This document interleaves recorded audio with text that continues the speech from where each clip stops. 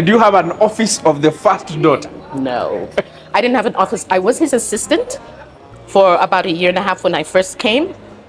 And that was the reason why I did come, was the transition between being a private citizen and a public servant is a little bit tough. And you have your own property, you have all of that type, you have your own property, your own bank accounts, and etc. And he needed somebody to take care of those things and solidify them so he could continue what he was doing. How did it affect you? Oh my goodness, that's the one thing that didn't change, because we still would harass him, we'd still tease him, my mother would tease him, he was still just dad. You know what I mean? And he would be, it would be funny because I remember he kicked us all out one time. We were all there for dinner and I think we were making too much noise. He's like, everybody get out of my house.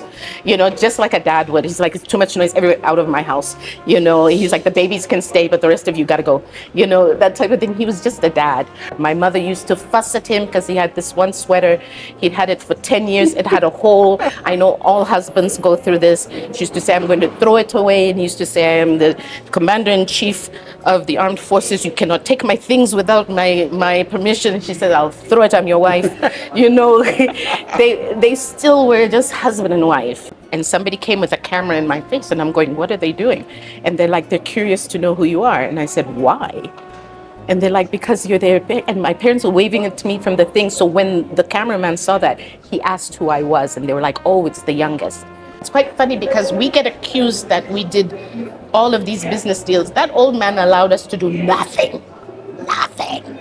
But you're close to influence. No. In Africa, when you are the daughter or a relative of a president. You know what would happen? You are close to manna. You know what would happen? Yeah. Would go somewhere to get land or something. Now this person thinks, okay, let me tell Bwana so that I get favor with him. So they'll call him and they'll say, your daughters were here. We made sure they got the land. It's like, what land? Cancel. And we used to be so mad. Dude, we're gonna come out from here broke.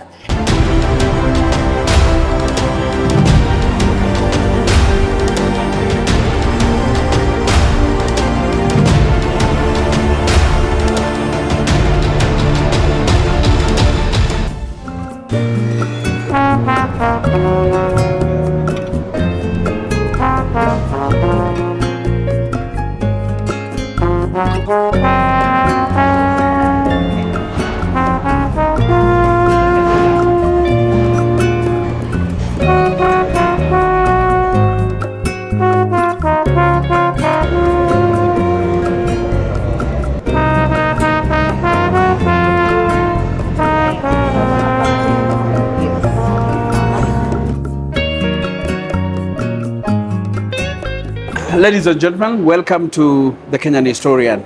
Today we are privileged to have Duwa Mutharika. It's Mutharika, right?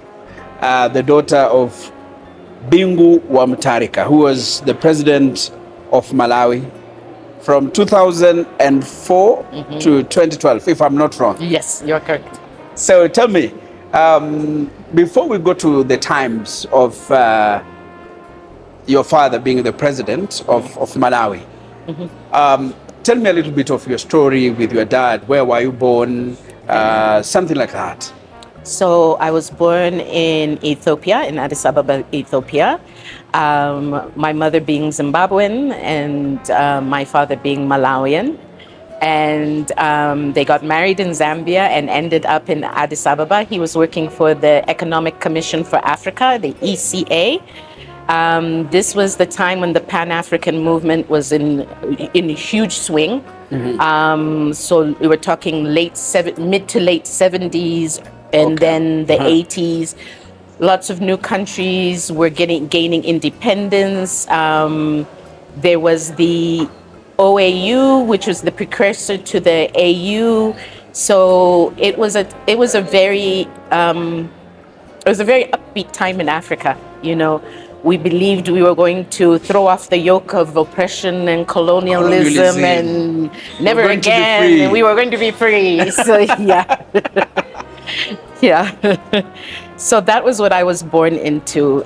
And it was right after I was born right around the time that King Haile Selassie disappeared in Addis. We went to the US, and then when we came back, it was then Ethiopia was then a communist country. Oh, okay. So you want to tell me that you during your early life you never enjoyed your motherland? No, I didn't. We were in exile from Malawi during that time. Political exile, I believe. I don't know all the details of it, but my uncle would probably be a better person to be able to tell. But I know that him and my father had been a group of young students, etc., that were critical, young professional, young students that were critical of the government of that time, and then they felt it was best for their safety to leave Malawi, so they left. My father joined my mother in Zimbabwe. They got married in Zambia.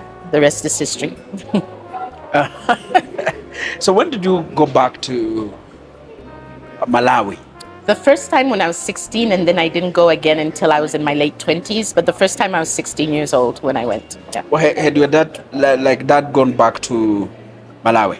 No, we just went for a family visit. He wanted to show me where he was from. He wanted to show me his village, the little parish school he went to, where his parents were buried. He just wanted to show me because he knew, although we had grown up speaking about Malawi, we as his children hadn't had a chance to see it. And you didn't experience Malawi. We didn't get to experience Malawi. We had Malawi friends, but but we didn't get to experience it. We didn't know our family that was there. It was all really foreign, and so I would say the visit was very bittersweet, because it was sweet because finally you get to hear this mythical country that you never knew anything about. It almost seemed like Narnia or something like that, because Malawi, we'd speak about it in hushed tones, and you could see it was a very emotional thing for my father to speak about Malawi and leaving his home. So it's not something we always spoke about, and you could tell he wanted to go back. And then, because he always used to say he wanted to be either president or vice president, and then we used to joke I would be his vice president. And so we always spoke about this place, but we'd never seen it. So it was sweet to see it, but then it was bitter because we'd missed so much. I didn't get to see my grandparents. Okay. There were uncles and aunts that had passed, that type of thing.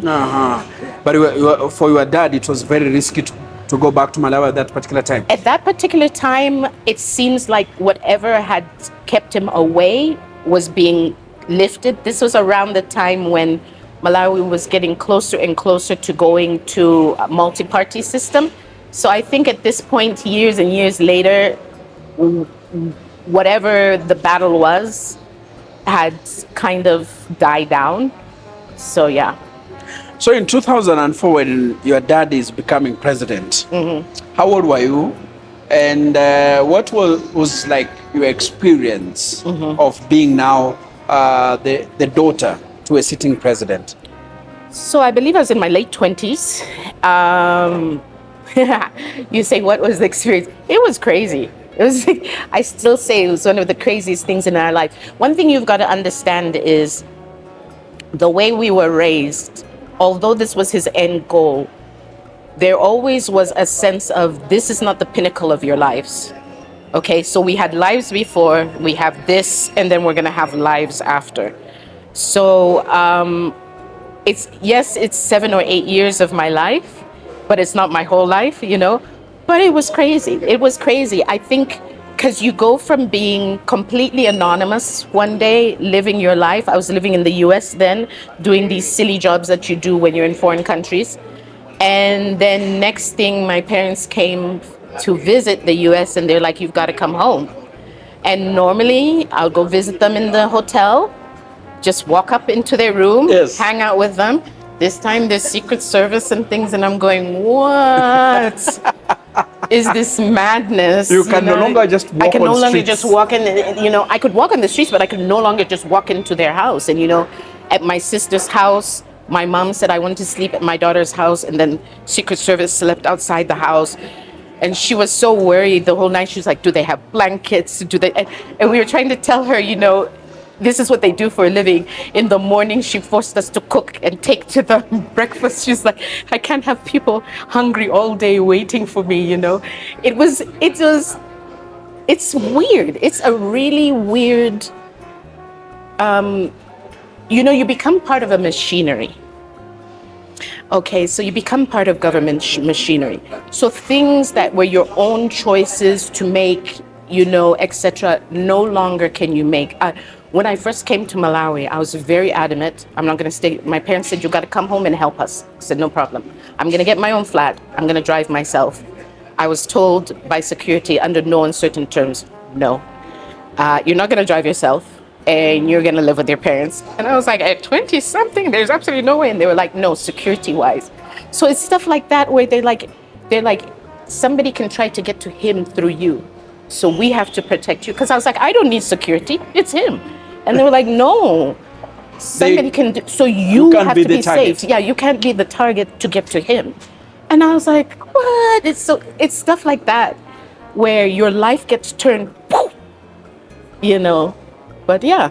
Now, your relationship with your dad. Oh my goodness, that's the one thing that didn't change because, we still would harass him. We'd still tease him. My mother would tease him, He was still just dad. You know what I mean? And he would be, it would be funny because I remember he kicked us all out one time. We were all there for dinner and I think we were making too much noise. He's like, everybody get out of my house.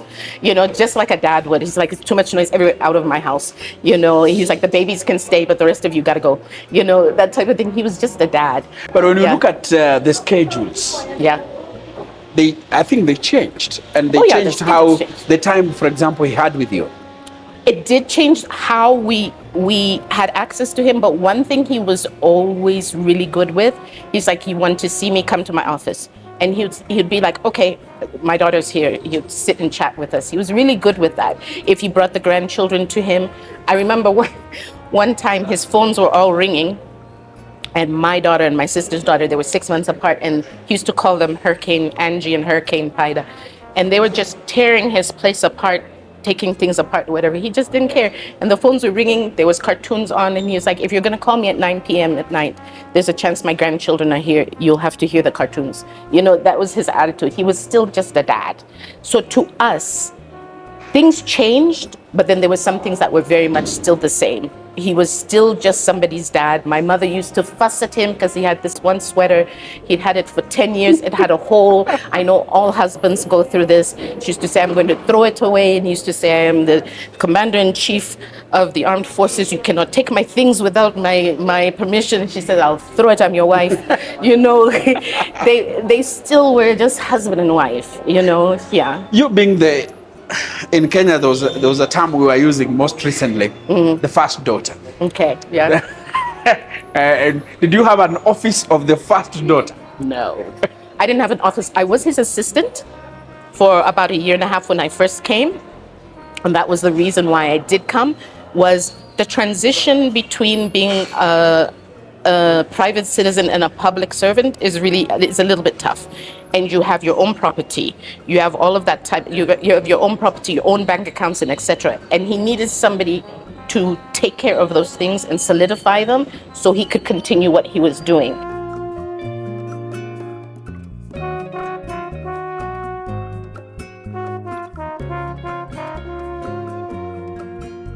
And my siblings also came back to help with their things, you know what I mean? And to just make sure things were, my one sister dealt with the foundation, my other sister dealt with my mom's farm, and my brother dealt with my mom's farm in Zimbabwe, and I dealt with his private affairs. Mm-hmm. Because, he couldn't, there was no privacy. If he wanted to buy vitamins, it becomes a national thing. Why is he buying heart health or whatever, So it becomes, you need somebody to do those little errands for you. So you will do things that probably he didn't need to send someone he could not trust. Yeah. That is exactly what I did. Make sure that the things he needed for his daily life were there. Sometimes you can be ailing from an illness that you don't want to shout. Yeah. Exactly. And then there are people you can send and they whisper to someone else. Tell them, Don't whisper. Yeah, Don't tell someone. exactly. Yeah, and not even that it was state secret. Sometimes it just be like, I remember we'd travel and he would want his favorite pen, and he would say, "Can you get me my Mont Blanc ink in this color?" And maybe the person wouldn't know, but me being his daughter know exactly what he was looking for because I'd seen it my whole life. He likes a certain type of shoe polish. All those little things were the things that I kind of tried to do to make his life easier. And then he did a lot of dictation, and I typed fast. So I would help type his documents that would then go to his secretary and whoever they needed to go to. Because you'd get an idea in the middle of the night and call me and be like, "Come up." And then I know until 1 a.m. we're typing. Yeah. So you are living, let's say you are living in a private home, then all of a sudden you are now confined to a state house. Yes. Tell me, what's the difference between living in a state house and living Privacy. out? Privacy. Yeah. First off, those places are tricky. There's so many entrances and exits, and it took us like days to figure out how to get in and out in the first place, because the place is massive. And then also is the privacy, things like we used to, if you think of a regular family, we'd go to breakfast in our pajamas. That's what you do. You go to breakfast with your parents in your pajamas. Yeah. No big In deal. your normal house. Yeah. But now, if you're living on one wing and they're living on another, if you're walking around in your pajamas, you're walking past like 20 people in your PJs. So it's like you'd have to get up, get dressed, then go out. You know what I mean? So at least in the evenings, you wouldn't see anybody. But in the once it was like 6 a.m., you have to look decent because you don't know who you're gonna bang into.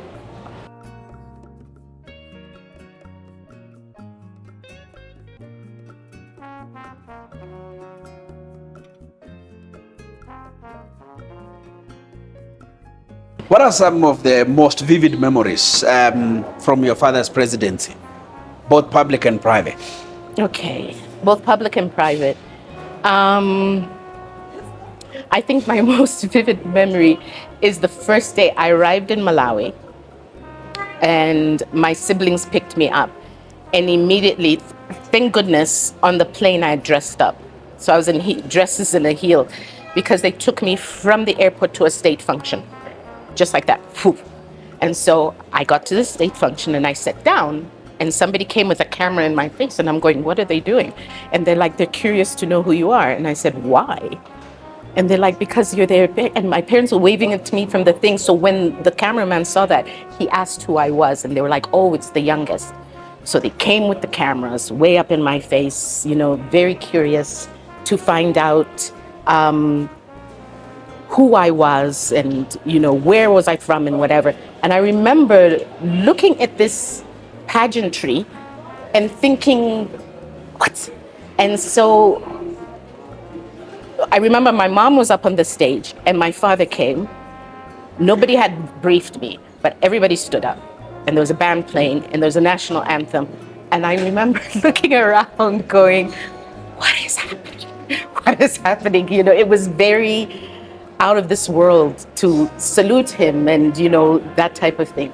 So there was that, that's one of the vivid memories I remember. The other vivid memory was during his second term, my mother had passed and we rode into the stadium. Him and his VP rode into the stadium and there was 65 or so thousand people and they were just cheering. And I remember feeling excitement and fear at the same time, because you go up on the stage and you realize there's 65,000 eyes on you. I'm a private person. I just live my life. I was so intimidated. Did you feel the pressure? I felt the pressure. And so I tried to just kind of hide and sit behind him. And then he gets on the podium and he's like, "I'm here with my daughter, Duwa, stand up." And I'm going, no. I think you are lucky. It wasn't during the social media times like today. So lucky. I've seen, like, for example, the daughter of our president. people comment on everything she posts. I'm Whether sure. it's a cloth, whether I'm it's a sure. shoe, whether she jumps. I'm sure. I'm sure. I'm so glad it was pre social media, because I think I got away with a lot of stuff. If it had been now, I God forbid, you know. So yeah. So that was another time where I remember thinking, wow, this thing is really big.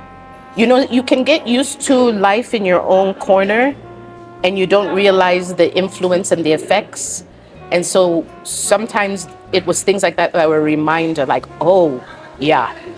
Let me borrow from borrow from what I've seen on social media, and especially when people make comments about the daughters or the sons of our president. Whatever you do, people must talk. Of course, definitely. And even though social media wasn't big, there was social media, and there were some horrible comments. I've seen horrible things said about me, and it used to hurt me in the beginning. I think I've gotten old enough now where I'm like, eh. But at that time, especially, I think the things that hurt the most are the misrepresentations or the flat. There was a time where there was tabloids, and there'll be flat out lies that were told. And those used to be the things that The would tablets hurt in the me. newspapers. Yeah. Well, even the online tabloids. The online. Oh, okay. And there were flat out lies told, or when people would use politics to spread rumors or pay off reporters to make false claims and stories. Those are the things that hurt the most. But you know, you get older, you get thicker skin. You know, it's how many years later, every once in a while I still hear something about myself, and I'm like, really? I did that. Where was I when I did that? You know what I mean? So, yeah. So if someone asks you about the legacy of your dad, the things he do, what are some of the issues you will say were brought forth by your dad, and this is how he changed Malawi, whether for the good or for the worse? And how has been Malawi since your dad passed on? Okay. I think some of the things that were his legacy was putting Malawi on the map, and there was a time where really there was food, there was the subsidy, what do we want to call the fertilizer subsidy. We were sending food to other countries. There was a time when Malawi was getting really, really prosperous, and he really was fighting for sovereignty. You know, much like some of the people are fighting now for sovereignty. His fight ended up, you know, biting him, but he did want, I think that was part of his legacy, and even in the book he wrote, etc., you know, the African dream, he really believed, and truly, after having been in the World Bank, after having been in the UN, that Africa could take care of itself, which we're now seeing it can. But then there were so many skeptical people, and I think there were too many people in the system that had a lot to gain from begging. You know, he wasn't a person who suffered fools. Okay, I'm not even going to lie to you. He did not have the patience for slowness or coyness. If I wanted to tell him I heard something on the street, I wouldn't come and, oh, Dad, you know, it would be like, this is what they're saying. You know, he was very upfront. A lot of times people say to me, why don't I go into politics? I don't go into politics because it's not my lane, right? And people say, but your father's legacy. But like I tell them, there's buildings and stadiums with his name on them. There's nothing I can ever do to top that. He already created his legacy. My legacy and how I live my father's legacy is in my daughter. The dreams and the hopes he had for that Africa for her, that's his legacy, you know, and that was what he cared about, was what was he leaving for the next generation. Now sometimes people come to me and they say, we didn't understand him then, now we get it, you know. It's when they're looking at, this guy was brilliant. You know, at the time, like I said, he doesn't suffer fools. Okay. He's not going to. And he was also from that time period, I say this sometimes too, he was from that time period where if the old man tells you what to do, you do it. you trust him and you do it. You don't question, you know. So I think that didn't go well with a lot of people. You know what I mean? Is his way of saying this is the way it happens and this is the way it goes, but he could see it. There was a time we sat and talked, and I said, you know, I remember saying to him, sometimes I feel sorry for you. And he said, why? I said, because you're the foundation builder, and nobody celebrates the foundation builder. You know, people celebrate the dude who puts the windows and cuts the ribbon.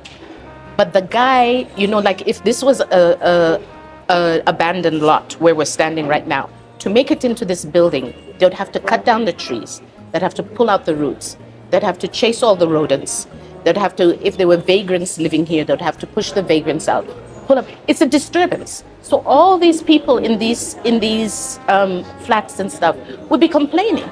There's noise, there's this, but once the building comes up, they're so happy. They're like, there's art cafe. Wow. Ooh, and we can get food and whatever. But the person who started the digging, they don't like that. So I remember telling him, you know, you're the foundation builder. They're gonna clap for the dude who puts the windows on, forgetting that you built this foundation way down. So that's how I look at it in terms of what he left as a legacy. He left a foundation. Now anybody can build on that foundation and keep building, and we can end up with a 100-story building. That's Malawi. He was a proponent of having a food secure continent. Yes. I remember him talking many times at the African Union, where he pushed the food security agenda. Yeah. Is it something that was in his heart? Yes. Or was it just a president who was talking in front of the masses? Sometimes we have situations where politicians we normally say are politicians. Yeah. When they see masses and they see whatever, they can say anything. But deep in their hearts, they mean something different. No, I think it was something that was very dear to him. Food security was something that was very dear because it's something that he spoke about on and on again. And one of the things that really disturbed him and why he wanted the fertilizer subsidy, and even why he was getting pushback from IMF and all of those places because of the subsidy, was because he felt that lack of food security, who it affected was like his mother. Like you'd say, that old woman in the village, my mother, that old woman in the village who is basically using something like a glorified spoon, to hoe. That's who he used to worry about and say, that's the person who needs food security. Most in the middle class, they're not really farming or doing things like that, but it's the people in the rural areas. And he also had a real thing for senior citizens. When you talk about food security and just security in general for senior citizens, he felt that as Africans, we had lost our sense of Ubuntu or Umuntu in terms of how we take care of the elderly. And he was like, how are the elderly in villages starving? Do you know how we call Ubuntu? Utu. Yes. In Swahili. Being human. Yes, being human. I am because you are. Yeah, because you are. Yeah, and so that used to be, that's something he always talked about. He used to tell me, food security is something he's spoken about my whole life. He used to tell me, when we'd ask him, why do you want to go to Malawi to be a president? Because we used to say, but if you're not allowed to be there, why do you want it to go bad? So go back. And he said, I want to take care of the people. I want to take care of the people in the village. I want to, And so I remember when I was little, I used to pray. You know how children are. I used to pray that I could win the lottery, because then I would go back and I would give money to everybody. Because all these people my father would literally almost cry for. I used to say, okay, then maybe I can become a millionaire and I can go back and give them all money. You know how naive children are. Yeah. But it was my way of easing his pain, because he always was worried that are the people eating. So when you look at it, I've never been to Malawi, but reading here and there, watching some documentaries here and there, is that Malawi has been classified as one of the poorest countries in the world. Yeah. How true is it? I think Malawi is rich in resources. I think the issue is infrastructure. We need the infrastructure. Getting in and out of Malawi is tough. It's expensive. So if you're thinking of creating products that will go to regional or international markets, it becomes hard. It has to be something that can stand the test of transport, but even then, we don't have the infrastructure. We're not concentrating on value addition. We're not making sure that resources stay in the country to enrich the country. So, Malawi, he used to say Malawi is not, a poor country. It has poor people, that type of thing. Malawi is rich in resources. You cannot tell me. This is what I always argue. Sometimes people will say, oh, there's not a lot of minerals in Malawi. And I'm like, how did it miss this small country? How did all the minerals miss? Because when you go in Zambia, there's minerals. When you go to Mozambique, when you go to Tanzania, there's minerals. So you're telling me that we're the one dry part of the whole of Africa, Yes. you know what I mean, south of the Rift Valley that has no... Obviously, we have resources. We're not being shrewd in how we use those resources and how we take advantage of those resources. Now, obviously, there's a lot to think about. If you're talking about oil, it would be in the lake. There's the lake is shared with Tanzania. Also you've got to think about the environmental factors. There's a lot of things to think about. I'm not going to be naive and just say, but if Botswana can pull their socks up and become what they are now, I don't see why Malawi can't. We must have similar resources. So the only difference is a small border line. So if there are resources here in Zambia, crossing to That's Malawi. what I said. Unless you are telling me we are the one most unlucky piece of land, which doesn't make sense, because if you come to Malawi, and I hope you do come to Malawi one day, and you drive through Malawi, Malawi is green. And when I say green, I mean that green that almost looks like it's like a cartoon green. It's so green. We always used to say, if you stick a seed in the ground in Malawi, it will grow. Malawi is fertile. So it can't just be fertile for growing food. It must also be fertile because there's minerals, And so it's figuring that out and really taking advantage of it, being very shrewd, not allowing most 80% of it to leave the country or whatever the percentages are. Okay. So you were the daughter of the president for 8 years. Yeah, 7.5, 8 years. Yeah, 7.5, 8 years. Yeah. What are the lessons? What lessons did you pick? And if I asked you, like if I framed my title to be how to be the president's daughter. Yeah. Okay. How will you answer that? Okay. Yeah. So how to be, things that I learned: humility, integrity. I didn't always get it right, but I think the older I got, the more you did.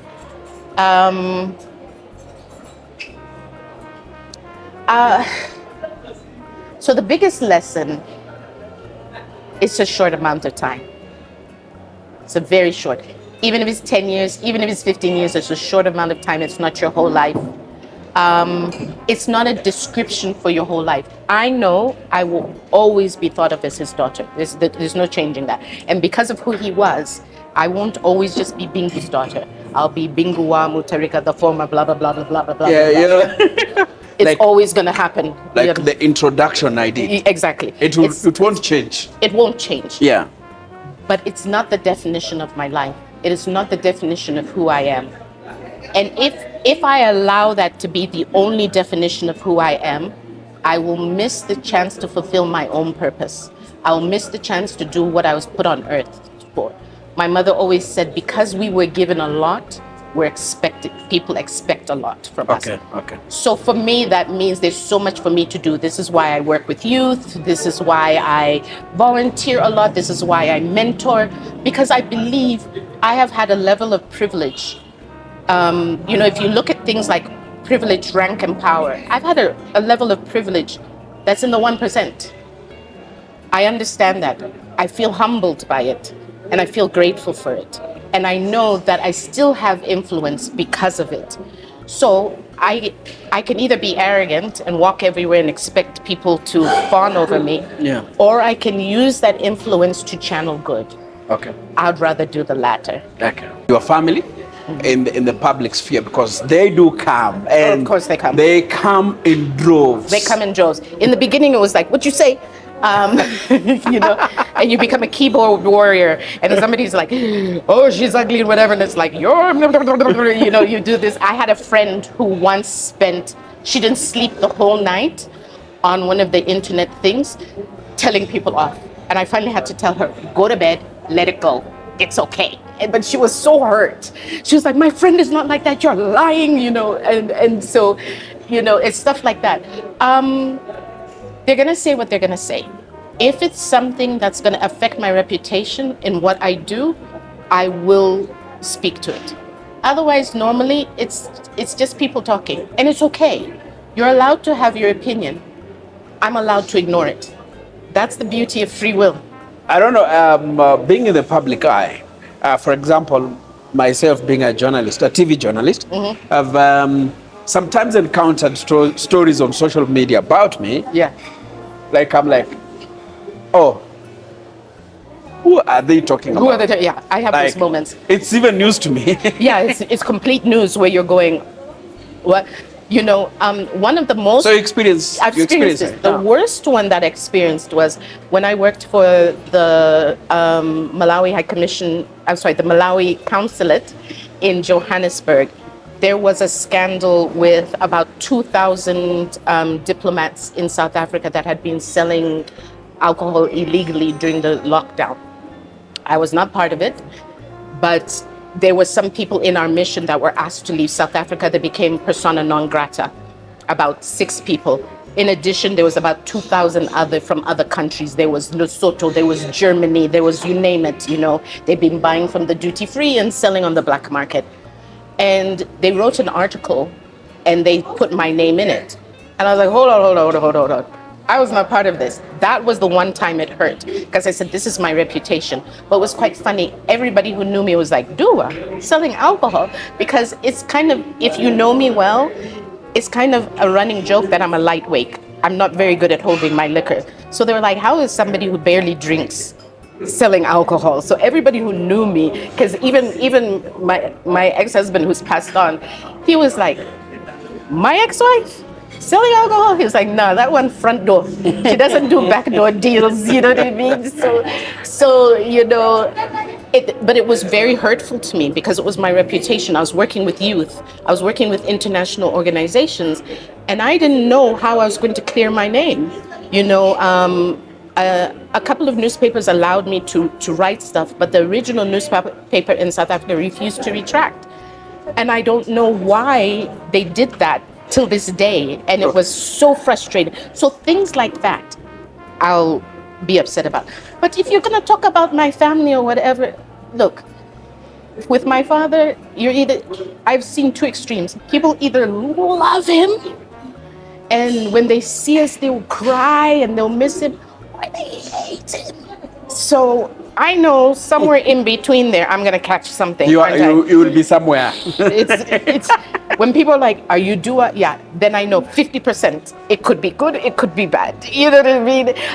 But yeah, I think it's more. I get worried about things that affect my daughter. That's my thing that I ask people: stay away from my kids. They know nothing. She grew up away from this. She was just a baby when all of this happened. Respect her.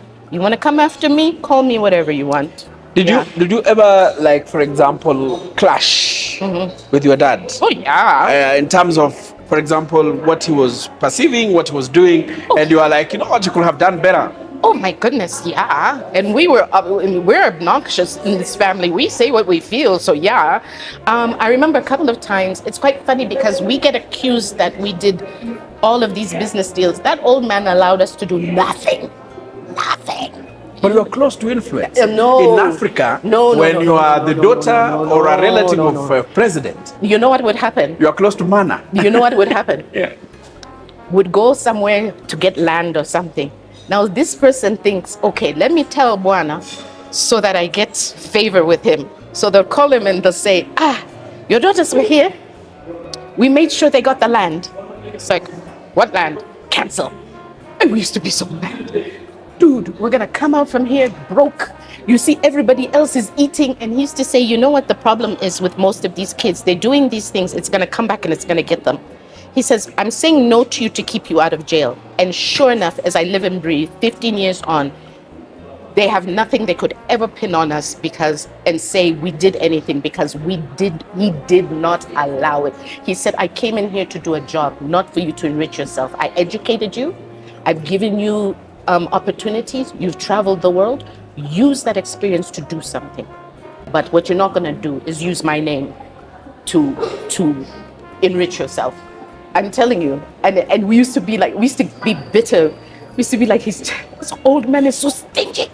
You know, but you didn't use his name. Did you? You didn't invoke his name somewhere to get? I'm because sure. I'm sure there's a point. If I thought I could get away with it, I would be like, let's be honest. I'm human. I'm talking about scenarios that happen in Kenya or happen in many African countries. Mm-hmm. Is you go, you see a deal in a certain ministry. Yeah. You go there, yeah, but make sure that they know just who you are. Yes. No, the problem with all of those things, they never went through. Because sure enough, that person who's doing the deal would want him to know, look what I'm doing for Duwa. And he'll say, cancel. Then we'd get a phone call. Probably he wants a favor now. He wants because he's helping family. Yeah. So he's thinking, oh, this is good. And he'll say, and the old man would say, cancel. Then we'd get a phone call. Come up for dinner. And we'd be like, you get there for dinner, the whole dinner. I told you not to do this. You'd have a 2.5 hour lecture. You learned, don't do those things. He don't like it. Are there lessons that you learned from your dad that you think if they were implemented in Africa, the leadership and governance, and especially in most African countries, could be different? It's the sovereignty thing. It's the sovereignty. He felt Malawi was a sovereign nation that should be allowed to make its own mistakes. He did not like the interference from the West, as most African countries are starting to learn about now. But there's some people, unfortunately, there's some heads of state who still like to, kowtow to the West and say yes, and that type of thing. He didn't like that. That's something that really, really irritated him when he'd feel like they wanted him to, there's a story, I wasn't there, but there's a story, it could be urban legend, but apparently him and one of his ministers who had also worked for World Bank, they sent some young dude from IMF to talk to them and convince them, you gotta devalue, this is what the West is saying. Yes. And he was like, what floor were you on where you worked? Because they'd worked at the same place. He was like, what floor were you on? And the guy said the floor. And both him and his minister had worked at the same organization. I think it was World Bank then, but a higher floor. They were like, oh yeah, we were on this floor. To show you, you're still our junior. You know what I mean? So, he did. I think it's that sovereignty thing. If we can just be allowed and be strong enough as Africans to say thanks but no thanks, I think we'll be okay. But there's so many pressures put on us. Even just look at this thing when countries try to deny taking in secondhand clothing, and then AGOA was taken away from them. It's stuff like that. It's frustrating to watch. And then we scramble as Africans. We get so panicked. Oh no, so now we have to do this. Yeah. We just need to look at them and say, take it. But it comes at a cost. I saw the most recent one was Trump's move on immigrants, the migrants. Yes. So he tells African countries, you know what, we have criminals here in the US. We don't need them here. We want to give you these criminals. And when they say, we are cutting something. Yeah. If we cut this, but if you want to get it back, you have to take You have to take this. Like Mexican cartel. Are you crazy? That's like the strongest cartel in the world.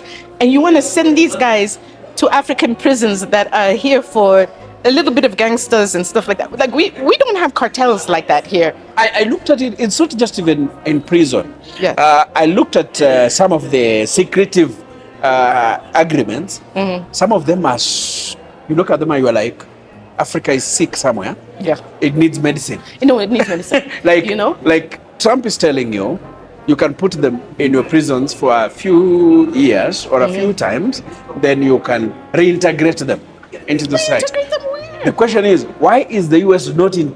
Yeah, you reintegrate. It's your issue. Yeah. This is what I feel like. It's your. They are not arrested here. Exactly. It's things like that, and we don't. It's very hard for governments to stand up, and if you do stand for it, like Burkina Faso, they're going to be like, oh, the people are oppressed, they need help. And it's frustrating to watch Africa go up and down and up and down and up and down. Yeah. In my lifetime, how many times have I seen this where we've thought this one's going to fight and then either taken out, something. Okay. Asante sana. Unaongea Kiswahili? I'm learning. Do you learn it? Slowly, yes. How long have you been in Nairobi? 3 months. 3 months. What is your first impression of the Kenyan capital? I think it's amazing. It's fun. It's vibrant. It's Africa. I love that it's a metropolitan African city. It's not just concrete. I don't know how to explain it. There's a pulse. Nairobi has a pulse, and I love that. Yeah, it's alive. You're in the process of settling in Nairobi? Yes. Is it a decision you've made already, or you are looking? No, I want to be here for at least the next year or two. Okay. But so far? So far, so good. So far, so good. Like I said, I love Nairobi. It's modern, it's metropolitan, but it has Africa there. It's so much to do. The people are lively. One thing about, what do you call people in Nairobi? Nairobians? I don't know. Nairobians, yeah. Nairobians. Nobody cares what you do, who you are. It's like you do you, I'll do me. It's a great vibe. We normally say in Swahili, I'll translate. Wewe fanya yako, fanya tupatane mbele. In English, probably you'll equate it to a statement that we normally say, every man for himself and God for us all. Exactly. Just do what makes you happy. You. So long as you don't come into my space. I like that. I so appreciate it. When you look at Nairobi, where we are is Kilimani. This is the Kilimani Upper Hill is the hilly side of Nairobi. That's why State House, the other name of State House is called the House of the Hill. Our State House is also called the House of the Hill. It's on the hillside of Nairobi. Then we have the Westlands, and then we have the Eastlands. So there's a lot of colonial relic in the capital. So Nairobi, we say, it's not just a modern city. It's a modern city that also encapsulates its history. Yeah. Pre-colonial and colonial times. Definitely. So when you look at the railway station, it's colonial. When you look at our parliament, was constructed during colonial times. State House, everything. Yeah. Yes. So next time, tutakutembeza Nairobi. I will walk you through the streets of Nairobi. Definitely. But you know some, right? I know a little bit, yes. Which other areas besides Kilimani you've visited? I've gone downtown. I've gone by the Maasai Market. I've gone to Kibera. I've driven in Kibera. I did a driving lesson there. I've done what else? Obviously Westlands, the mall, that type of thing. But I've gone quite a few different places in Nairobi. Yeah. How was it driving in Nairobi? Driving in Nairobi is an extreme sport. Let me tell you, I was not ready. I'm going to keep taking Ubers for a little while longer. When you say it's an extreme sport, I haven't seen someone or people engaging in competition. What do you mean by it? Everybody comes at the same time, and this one's speeding, and you know what? It's like Cairo. Nairobi and Cairo, you're the same with the driving. You've got to be confident. If you're not confident in your driving, you can't drive. You can't. Yeah. So I realized I'm not ready yet. So you drove to Kibera and around a little bit. Yeah. So you haven't been to the CBD while driving? Oh no. I'm not ready yet. Let's talk in 6 months. I normally say, if you want to know someone is a driver, you take him to the CBD. Okay. And especially during peak hours. Then you will know if he's But welcome to Nairobi Thank you, Karibu. and continue enjoying the capital city. I will.